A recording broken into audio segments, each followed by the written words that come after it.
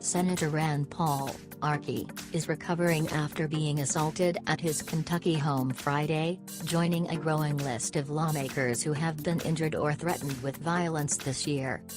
Paul, a second-term senator, suffered a minor injury when he was assaulted at his Warren County home Friday afternoon. Kelsey Cooper, Paul's Kentucky-based communications director, said in a statement Saturday that the senator was blindsided and the victim of an assault. The assailant was arrested, and it is now a matter for the police. It wasn't clear whether politics was a motivation for the attack, according to a senior aide to the senator, who spoke on the condition of anonymity because the aide was not authorized to speak about the incident. Kentucky State Police charged 59-year-old Renee Boucher with fourth-degree assault with a minor injury. He is being held at Warren County Jail on $5,000 bond, state police said. Boucher is an anesthesiologist and the inventor of the ThermaVest, a cloth vest partially filled with rice and secured with Velcro straps that is designed to help with back pain, according to the Bowling Green Daily News. Senator Rand Paul, RTX, on October 12 called President Trump's executive order on health care the biggest free market reform of health care in a generation. The Washington Post. Troopers responded to Paul's residence at 3:21 p.m. Friday after reports of an assault. Upon arrival, troops determined that Boucher had intentionally assaulted Paul, causing a minor injury, state police said. Robert Porter, who has known the senator and his family for more than 20 years, said he went to see his friend Saturday evening. He would not specify where or how the senator was injured, but said Paul didn't get any severe injuries to his face. He's in some pain, but he's going to be fine, Porter said, adding that Paul's return to Washington will be a game-time decision, but that Paul is planning to return to work at some point in the coming days.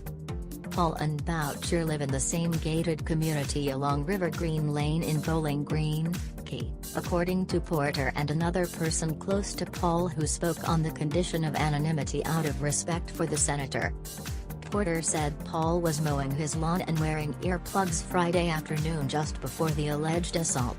Shortly after stepping off the riding mower to do something in the yard, Paul got blindsided.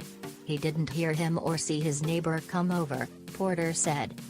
He hadn't really talked to his neighbor in years, Porter said, noting that there is a large amount of land between their adjoining homes, so the lack of interaction would not be surprising to locals. Porter said he was unaware of any previous incidents between Paul and his neighbor. Porter said that he and Paul and their spouses raised their kids together. He also traveled with the senator to Guatemala in 2014 as part of a missionary trip to provide free eye care to hundreds of impoverished patients. Paul, 54, has served in the Senate since 2011. He is an ophthalmologist who has practiced in Bowling Green, where he moved with his wife in 1993. He ran unsuccessfully for president in 2016. Focusing the closing months of his bid on attacking then-candidate Donald Trump and his readiness for office.